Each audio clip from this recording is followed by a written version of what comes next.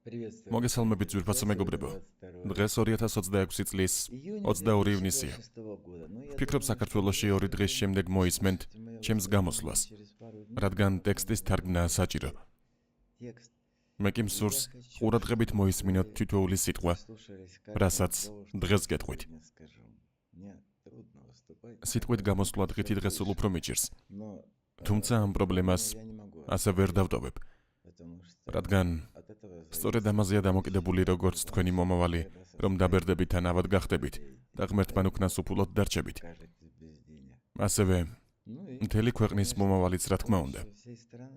რადგან თუ კი დღევანდელივით წავახალისებთ თაღლითობას ქველმოქმედების სფეროში, საზღვარგარეთიდან გრანტების სახით უზარმაზარი თანხების მიღების სამომავლო შესაძლებლობას დავკარგავთ. მაგალითად, მოხუცებისთვის, სნეულთათვის, ბავშვებისთვის, მიუსაფართათვის და ასე შემდეგ. ადრე მიგვიღია, მაგრამ მე არ ვიცი, სად მიდის ბიუჯეტის ფული. ეს ჩემი პრობლემა არ არის. რადგან სახელმწიფოსთან საქმე არასდროს მქონია. კორუმპირებულ სახელმწიფოებს, ხოლო ყოფილი SSRK-ს ყველა ქვეყანა კორუმპირებულია. არ მივიჩნევ ისეთად, სადაც შესაძლებელია დღევანდელი საუბრის მსგავსი საკითხების გადაჭრა. მაშასე, მე ვსაუბრობ თაღლითობაზე. თაღლითობა არა მხოლოდ ადრე გეუბნებოდით, რომ არ შეიძლება ნაღდი ფულის მიცემა ბავშვებისთვის, რომლებიც იმ წამსვე გარბიან წებოს შესაყნოსად, ან ნარკოტიკის მისაღებად. თქვენ მათ კლავდით. დღეს ასეთი შემთხვევები შემცირდა, რადგან მთელი ეს ბანდა როგორღაც დაშალეს, ხოლო ადრე, განსაკუთრებით უკრაინაში, ქველმოქმედების სფეროში გამოცდილებას რომ ვიღებდი, მშვენივრად ვიცოდი, რომ არსებობს მაფია, რომელსაც შეუძლია ისეთი ადამიანების პოვნა, ვისაც თავიანთი გარეგნობით, უხელო, უფეხო ან რაღაც საშინელი გარეგნული ნიშნებით შეუძლიათ ეშმაკისთვის გამოგტყუონ სული. Выманивать у вас душу дьяволу. გონი გაითვალისწინეთ ჩემი ნათქვამი, რადგან შემთხვევები შემცირდა, მაგრამ გახშირდა რა გახდა უფრო საშიში. ყოფილი SSRK-ს ყველა ქვეყნის სოციალურ ქსელებში ჩნდებიან საშიში თაღლითები, რომლებიც განსაკუთრებით დიდი ოდენობის თანხებს ძალავენ ხალხს. ჩემი დისერტაცია სწორედ ამას ეხებოდა. ნამდვილი საშინელება. ადრეც საშინელება იყო, როდესაც გიამბეთ ისტორია იმის შესახებ, რომ ერთ დროს კიევში უფეხო მიუსაფრები მოჰყავდათ ჩემთან.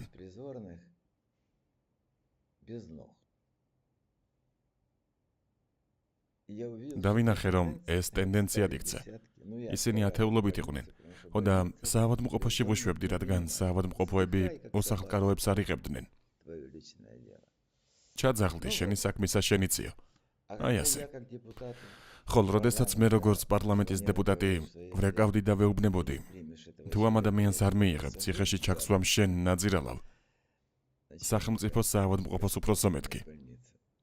აი მაშინ შესაძლებელი ხდებოდა სიცოცხლის გადარჩენა. შემდეგ ეს უფეხო ადამიანები ჩემს სასადილოში მოდიოდნენ.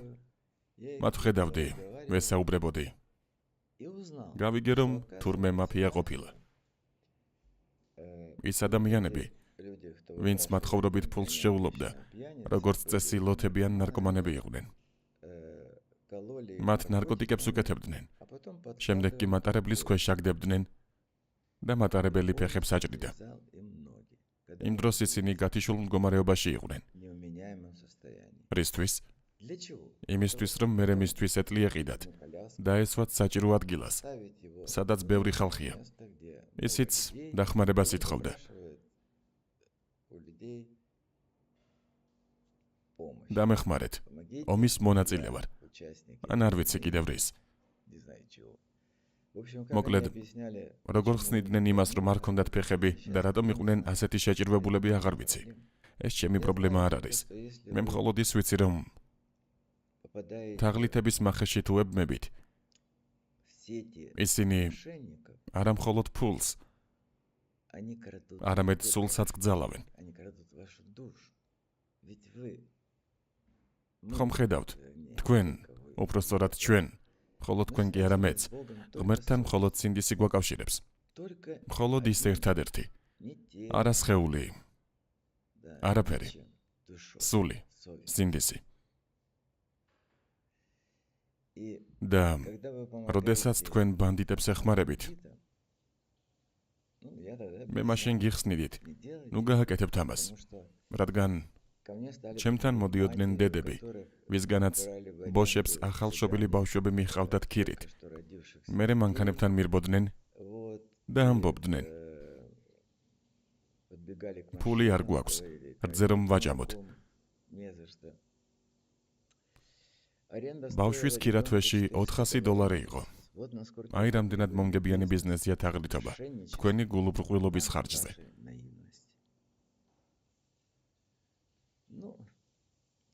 არავინ იკვლევდა ამ საქმეს. პასუხისგებაში არავინ მიუწიათ, მაგრამ უკრაინაში სხვა პრობლემა გაჩნდა. უკრაინაში ყველა, ვინც მსხვილ კრიმინალთან იყო დაკავშირებული, ციხეებში ჩასვეს. ზოგიც იქვე ჩახოცეს. ბანდიტების ადგილი სამართალდამცავმა ორგანოებმა დაიგავეს. მათ კი რაღაცნაირად არ ხელეწიფებოდათ უსახლკაროებისთვის ფეხების მოჭრა. ამიტომ ეს თემა ნელ-ნელა მიიჩქმალა. დღეს კი გაჩნდა ახალი თემა, ბევრად უფრო საშიში. საქართველოშიც, რუსეთშიც და უკრაინაშიც სოციალურ ქსელებში გამოჩნდნენ ადამიანები, რომლებიც ხელოვნური ინტელექტის მიერ შექმნილ ან მართლაც დაავადებული ადამიანების ფოტოებს აქვეყნებენ და ფულის ჩარიცხვას ითხოვენ. თანაც ისე, რომ არ აქვთ მითითებული არც ავადმყოფის მისამართი, რომ ოდესმე გადამოწმება მოახერხოთ, არც ტელეფონი, რომ დარეკოთ და ჰკითხოთ, როგორ ხარ ძვირფასო მეგობარო, ჩემო თანამემამულევ. ყველაფერი ეშმაკურა და ამოფიქრებული. ისინი ისეთ სიტყვებს არჩევენ, რომლებიც გულში ჩამწვდომია. თქვენ კი დაუნანებლად, აბსოლუტურად უსინდისო და უზნეო ნაძირლებს ჯიბეში უზარმაზარ ფულს უყრით.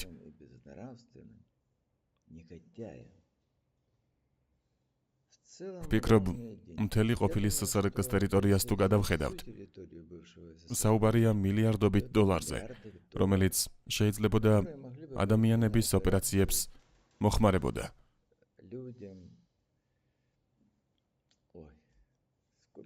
რამდენი პრობლემაა. სიღატაკე. ის სულ უფრო და უფრო დაბლა ეშვება იმ საბრალო ადამიანების თავზე, ვისაც ამ საშინელ დროში უწევს ცხოვრება. გარდა ამისა, გამოჩნდნენ ნაძირლები, ვინც გიამბობთ იმაზე, რომ საქველმოქმედო ფონდები, ეს ცუდია, ეს საშინელებაა. იქ გადყუებენ. ჩვენ კი პატიოსნები ვართო. და აი შემთხვევით გავიგე, რომ საქართველოში დაახლოებით მაშინ, ეს ჩემი აზრით ნახევარი წლის ან 1 წლის წინ იყო. 200-მდე თაღლითია, ვინც აქტიურად გძალავთ ფულს. თქვენ კი ურიცხავთ. აბა როგორ არ ჩარიცხავთ. თქვენ სულიერად ცხოვრობთ. თქვენი სულიერება კი მოითხოვს, რომ მიუახლოვდეთ ღმერთს. თქვენთან აუგრძნობთ. ხან ტირით, ხან ლოცულობთ. ვისთვის? ბოროტმოქმედისთვის. აი ზოგიერთი ფოტო, რომლის ჩვენებაც მინდა თქვენთვის. ჩვენ მივწერეთ ყველა ამ ადამიანს, ვინც მსგავსი საქმიანობით არის დაკავებული, რათა სისხლის სამართლის საქმეები არ აღძრულიყო. თუმცა როგორც აღმოჩნდა, მათ წინააღმდეგ სისხლის სამართლის საქმის აღძვრას არავინ აპირებს. ამ დღეებში შეიძლება გაჩვენოთ ამ საკითხზე SSS-თან რა მიმოწერა გვაქვს. ჩვენ ვამბობთ, ეს თაღლითობაა. ისინი გვპასუხობენ. მტკიცებულებები წარმოადგინეთო. აბა რა მტკიცებულება არის საჭირო? ფულის შესაგროვებლად უნდა არსებობდეს საჯარო ორგანიზაცია, რომელსაც უბრალოდ ჰქვია საქველმოქმედო ფონდი. თუ გსურს ადამიანების დახმარება, მიდი და დაეხმარე. მაგრამ ამისთვის ფულია საჭირო, ან სახელგანთქმული უნდა იყო. აი ხაბენსკი, მაგალითად, დიდი არტისტია. მან ითამაშა ფილმში „ადმირალი“. ბრწყინვალედ ითამაშა. დიახ, მან შექმნა ფონდი რუსეთში. ის თავისთავად იწვევს ნდობას, რადგან თეატრშია. იქ გამოდის, მისი მონაწილეობით ფილმებს უყურებთ.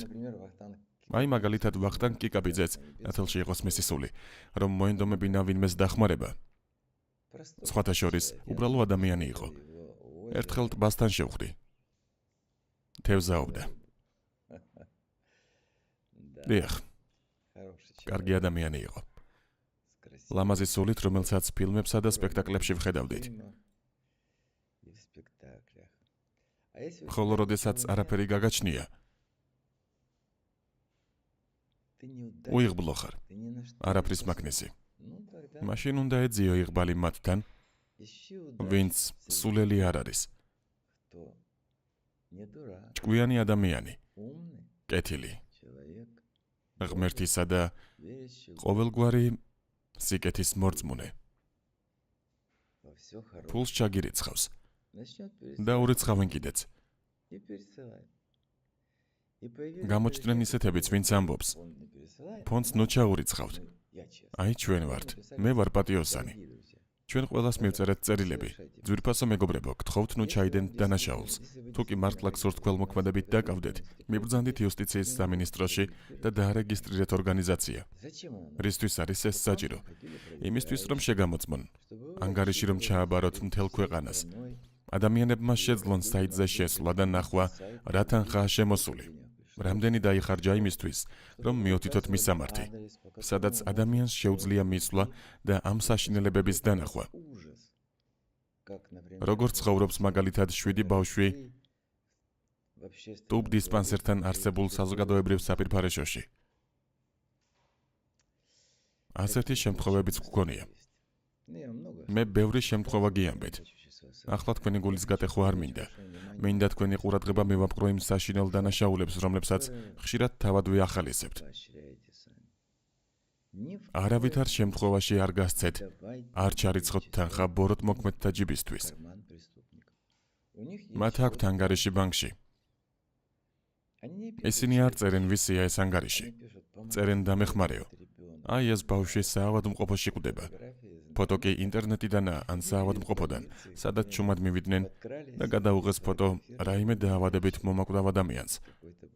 ან შეუთანხმდნენ თაღლით ექიმს, რომელმაც ამ გადაღების უფლება მისცა. არა, ასე არ შეიძლება. ეს ნამდვილი დანაშაულია. კანონში ამას თაღლითობა ეწოდება. ანუ ნდობის ბოროტად გამოყენება. ნამდვილი თაღლითობა. კიდევ რა მტკიცებულებები სჭირდებათ იმ ორგანოებს, რომლებიც ამ საქმეებით უნდა იყვნენ დაკავებულნი. ასეთი ადამიანი ციხეში უნდა იჯდეს, მაგრამ არა, ის არ ზის. ისინი აგრძელებენ თავიანთ საქმიანობას. გამოჩნდნენ ადამიანები, რომლებიც საჯაროდ გამოდიან აღშფოთებული სახეებით. შეხედეთ, როგორ მდიდრდებიან თქვენს ხარჯზე. მე არ ვიცი, რა ფონდები დარჩა. შემიძლია მხოლოდ ერთი ფონდი დავასახელო, მაგრამ ის ძალიან ცუდად მუშაობს. იქ დავიწყე, გამოცდილება უნდა მიმეღო. იქ კი გამოცდილების მიღება ვერ შევძელი. რომის პაპი მილიარდებს, ათეულობით მილიარდ დოლარს გასცემს მთელ მსოფლიოში. მათ აქვთ ორგანიზაცია კარიტასი, რომელიც ვალდებულია დაეხმაროს ადამიანებს. მაგრამ იმის გამო, რომ ისინი იქ თავიანთ მქადაგებლებს გზავნიან, მქადაგებლებს თავზე ფრთები და შარავანდედი არ უჩნდებათ. მე ვნახე თაღლითი. თაღლითი იქ. მერე სხვა მოვიდა. ის არ იყო თაღლითი. მან საერთოდ არ იცოდა რა უნდა გაიგეთებინა. Кошмар. კოშმარია. Ну, ახლა იმედი მაქვს, რომ კარიტასში ყველაფერი რიგზეა. ღმერთმა ხელი მოუმართოთ, მაგრამ ეს ფონდია. არის სხვა ფონდებიც, უფალი შეეწიოს. მე არ ვიცი. თავად გაარკვიეთ, ვინ არის კარგი და ვინ ცუდი, მაგრამ ჩვენს საიტზე, რომლის შექმნაზე ძალიან ბევრი საკუთარი ფული დავხარჯე, თითოეული კაპიკია ასახული. ჩვენ თქვენი კეთილსინდისიერების იმედი გვაქვს. მე პირადად გეუბნებით, როგორც ადამიანი, ვისაც მსოფლიოში ყველანაირი თანამდებობა ეკავა, სამგზის პარლამენტის დეპუტატი და ორგზის იმ ქალაქის მერი, რომელიც ორჯერ დიდია საქართველოზე. მე პირადად გეუბნებით, რომ თუ ღმერთთან სულით ხართ დაკავშირებული, დაეხმარეთ, რადგან მე აღარ ვიქნები. შესაძლოა ამ წამსვე აღარ ვიყო. მართალია, ახლა თითქოს არ ვარ გულნადგენი, მაგრამ როდესაც უკანონობას ვხედავ, ეს კი უკანონობაა, ნამდვილი უკანონობა. ანუ თითქოს საქართველო რაღაც ბნელი ძალებით არის მოცული. მე რომ აღარ ვიქნები, შემდეგ რა მოხდება? როგორ დაეხმარებით მათ, ვისაც უჭირს? იქნებ რომელიმე მინისტრს, არ მთავრობას მიაკითხავთ. არ მიაკითხავთ. ხოლო ისინი, ვინც უხელმძღვანელებს ფონდს, მე რომ აღარ ვიქნები, ვერაფერს გააკეთებენ. თუ ვერ შევარჩევ ისეთ ადამიანს, ვინც შეძლებს შემცვალოს, მაგრამ მე მაგარი ბიზნესმენი ვარ და ეს ძალიან გამომადგა ფონდის შექმნისას. ჩემთან კაპიკსაც ვერავინ მოიპარავს. ვერც ერთ თეთრს. დიახ, შესაძლოა სადღაც იმდენად ეფექტურად ვერ ვიმოქმედეთ. ყველაფერი ვერ გავაკეთეთ, მაგრამ ჩვენ გავაკეთეთ წარმოუდგენელი რამ. ჩვენი ფონდი ყველაზე დიდია მთელი ყოფილი SSRK-ის ტერიტორიაზე და ეს თქვენ ხართ. მეგობრებო და არა მე. თქვენ შეეცადეთ და გააკეთეთ ისე, რომ 300,000 ადამიანი მუდმივად, ზოგი კაპიკებით, თეთრებით, უბრალოდ საბჭოთა კავშირში გავიზარდე. ზოგი რამდენიმე თეთრით, ზოგი კი უბრალოდ ლოცვით, მილიონობით დოლარის ღირებულების წარმოუდგენელი პროექტების განხორციელებაში გვეხმარებით. და ჩვენ ვეხმარებით. არ მინდა თავისკება, ეს არაა ჩემი თემა. შემომხედეთ მე და დაფიქრდით, რა მჭირდება ცხოვრებაში. ხორცს არ ვჭამ, ხიზილალას არ ვჭამ, თევზსაც კი არ ვჭამ. აი ახლა აქტიმელი დავლიე. დღის განმავლობაში კი ან ვერმიშელს ვჭამ, ან რაიმე სხვა უხორცო საკვებს. ძირითადად კი წამლებს ვიღებ, მაგრამ მე ჯერ კიდევ კარგად ვაზროვნებ. გესმით? ფურცლის გარეშე ვლაპარაკობ. გულიდან გულამდე ვსაუბრობ. მომისმინეთ. ნუ აძლევთ ფულს არამზადებს. ხდება ხოლმე ისე, რომ ეს ადამიანი პირდაპირ მნიშვნელობით თაღრითი არ არის. ის არ ამბობს, რომ საქველმოქმედო ფონდს წარმოადგენს. უბრალოდ წლების განმავლობაში ერთსა და იმავე ისტორიას გიზიარებთ. დიახ, მას უბედური შემთხვევა შეემთხვა და ოპერაცია სჭირდებოდა. მან ეს ისტორია გამოაქვეყნა და თქვენ დაეხმარეთ. მაგრამ შემდეგ ამავე ისტორიას წლების განმავლობაში ისევ აქვეყნებს. ყველაფერი უკვე დასრულებულია. შესაძლოა ეს უკვე აღარც არის ცოცხალი. იქნებ მისმა ახლობლებმა გააგრძელეს ეს თაღლითური საქმე. არ ვიცი. მაგრამ ერთი რამ ზუსტად ვიცი. ეს არასწორია. როდესაც ადამიანები გეკითხებიან, სჭირდებათ თუ არა დახმარება, ჩვენ ყოველთვის ვეუბნებით. იცოდეთ, ჩვენ თქვენთან ჟურნალისტებთან ერთად მოვალთ. ყველაფერს საკუთარი თვალით ვნახავთ და სანამ არ გვაჩვენებთ ყველა სამედიცინო დოკუმენტს, მაი როგორ ვამოწმებთ. ყველა ცნობას და ინფორმაციას იმის შესახებ, თუ სად და ვის მიმართეთ, რადგან სანამ ადამიანებს მოვუწოდებ, რომ თქვენთვის ილოცოს ან დაგვეხმარონ, ჯერ ვეკითხები. ჯანდაცვის სამინისტროს მიმართეთ და სხვათა შორის ახლა ის ბევრად უკეთ მუშაობს. თქვენ ჯერ ყველა ოფიციალური გზა უნდა გამოიყენოთ. აქ ორი თემაა. ერთი ჩვენი უფალი, ყოვლის შემძლე ღმერთი. მასთან მიდით. დაეხმარეთ მათ, ვისაც უჭირს. მეორე მხრივ კი მე იმ ადამიანებს მივმართავ, რომლებსაც არ ესმით სად აღმოჩნდნენ, რომლებსაც არ ესმით, რომ ყველა ხალხი ზუსტად ისე ცხოვრობს, როგორც თავად აძლევს ხმას, როგორც საკუთარ სახელმწიფოს აღიქვამს, საკუთარ პასუხისმგებლობად. ბევრს ჯერ კიდევ გონია, რომ როგორც საბჭოთა კავშირში იყო, რომ ვიღაც სადღაც მათზე იზრუნებს. არა, მათ შესახებ არავის სმენია, ისინი არავის ჭირდებიან. და იცით, ასეთი რამდენია? 600,000 ადამიანი. მეგობრებო, მე სიკეთისკენ მოგიწოდებთ.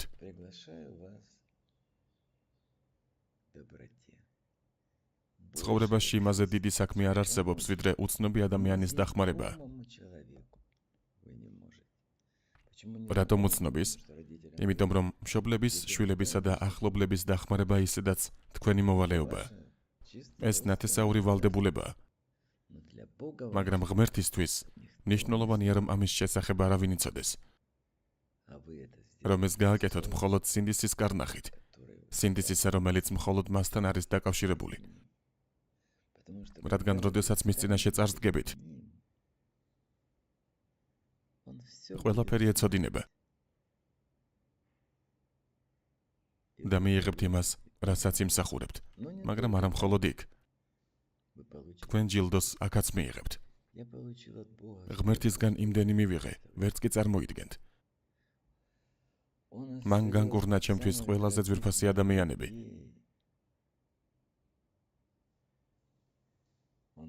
მან მომცა შესაძლებლობა თქვენთან ვისაუბრო, როგორც დეპუტატმა და ევროპის ერთ-ერთი უდიდესი ქალაქის მერმა.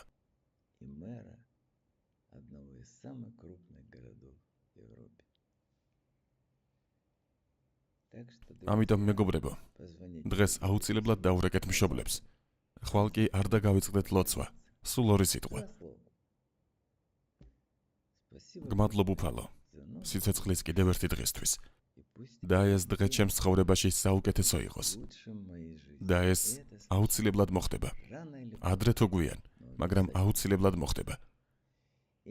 და ნუ ემდურით უფალს, თუ რაღაც ცუდი ხდება. ცუდის შემდეგ კარგი მოდის. და ხშირად ის სიკეთე 10-ჯერ აღემატება იმ ცუდს, რაც მანამდე გადაიტანეთ. უფალმა სინას მთაზე უთხრა მოსეს. და ამის შესახებ წერილობითი მოწმობებიც არსებობს. მე ვარ შენი ღმერთი. და სხვა ღმერთები არ გეყოლება ჩემ გარდა. არ მოიპარო.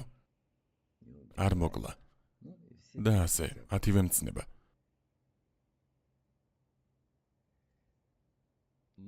ჩვენ წმინდანები არ ვართ. და ალბათ ვერც გავხდებით. მაგრამ ერთ-ერთი უდიდესი რამ, რასაც ღმერთის თქმით ადამიანის სიცოცხლეში შეიძლება აკეთებდეს, არის თანაგრძნობა იმის მიმართ, ვისაც ძალიან უჭირს. და გახსოვდეთ, ასეთი ადამიანი 600,000-ია. თქვენ კი გისურვებთ მეტი ფული იშოვოთ და უფრო მეტად დაეხმაროთ მათ. ისინი თქვენს დახმარებას ელიან. მაგრამ არ წაახალისოთ თაღლითები და ამოწყდნენ სიღარიბეში თქვენი ფულის გარეშე. თუმცა მხუმრობ. არავის უსურვებს სიკვდილს. იცხოვრონ როგორც უნდათ, ეს მათი საქმეა. მთავარია თქვენ დარჩეთ პატიოსნები თქვენს ზრახვებსა და ქმედებებში. დღესვე დაურეკეთ მშობლებს. შემისრულეთ ეს თხოვნა. გეხვევით და კოცნით. მე ადამიანები მიყვარს. თქვენი იმედი მაქვს. წარმატებები, აბა დროებით.